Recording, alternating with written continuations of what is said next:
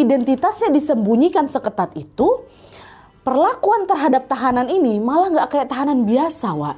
Dia diperlakukan secara khusus, secara spesial. Jadi fasilitas di sel penjara juga lengkap. Ada tempat tidur yang layak, perabotan sederhana, dan juga makanan yang lebih baik dari tahanan-tahanan lain. Bahkan juga terlihat para penjaga-penjaga tahanan itu memperlakukan si tahanan yang baru datang ini dengan sangat hati-hati. Mereka macam berbicara, nadanya sopan kali, nggak sembarangan menatap wajah si tahanan ini, dan juga menjaga jarak seolah-olah orang ini atau si tahanan ini memiliki status yang tidak biasa. Dari situlah gosip tentang tahanan ini mulai menyebar di antara para sipir, para tahanan juga, dan juga kelompok-kelompok kecil bangsawan. Siapa tahanan yang dibawa Saint Mars ini? Kok sampai segitunya disembunyiin? Kok juga sampai segitunya dia diperlakuin? Iya kan? Ada yang nyaut, yang jelas dia bukan rakyat jelata sih.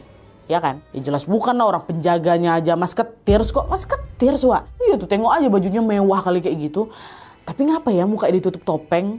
Nah, makanya itu yang aneh. Udah mulai tuh simpang siur orang-orang ngomongin dia kan. Keberadaan dan identitas tahanan ini langsung heboh saat itu juga. Tapi biarpun gosip dan juga desas-desus yang beredar itu udah makin liar, orang-orang ini tetap nggak tahu dia ini siapa. Akhirnya mereka semua, orang-orang di sekitar penjara itu memutuskan untuk menyebutnya tahanan bertopeng.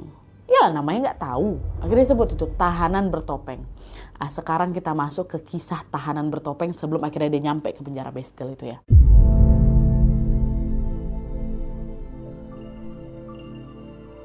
Oke, Wak, jadi sebelum tahanan bertopeng ini dipindahin ke Bastille, dia ini sudah lebih dulu dipenjara di 3 penjara lainnya. Pertama ada Pignerol, terus kedua Aix-les, dan yang ketiga Saint Marguerite. Ya, ini kita bahas satu-satu ya. Pada tahun 1669, Wak, waktu kepala penjara yang baru ini atau Saint Mars itu masih menjadi komandan dan bertugas di penjara Pignerol, dia tugas di situ. Dia dapat surat perintah dari Raja Louis ke-14.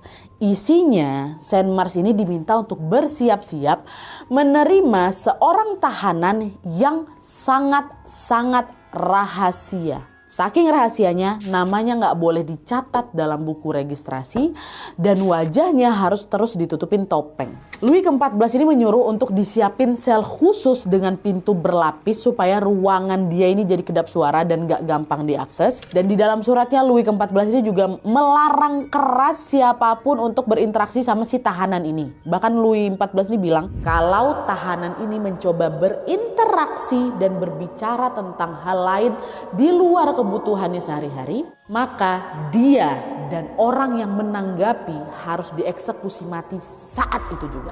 Itu kata Raja Louis XIV, Wak. Menanggapi perintah dari Raja, Wak, justru di sini yang